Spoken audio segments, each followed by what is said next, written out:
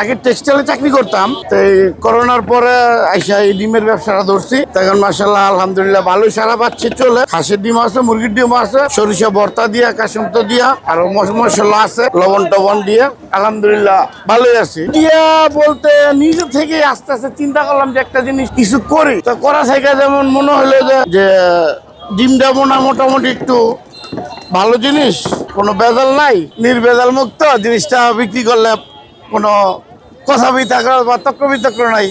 এটা সলিড জিনিস বিক্রি করলাম, হালাল জিনিস। এই আলহামদুলিল্লাহ। কাজকে ছোট করে দেখতে নাই, কে কি বললো সেটা আমার বিষয় না। আমি করতেছি, আমার ভালো লাগে, আমি দোকানদারি করি, এই হলাম বড় কথা। মানুষের দিক দিয়ে তারা আমার বিবেচনা, আমি চুরি করি না, আমি হক হালালে হালাল কাজ করে খাই। মেয়ে নাই, আমার 3টা ছেলে আলহামদুলিল্লাহ, দোকানদারি করে ডাইল ভাতকে আলহামদুলিল্লাহ আল্লাহ তাআলা ভালো রাখছে। আপনারা আইসেন, এখানে ভালো ডিম পাওয়া যায়।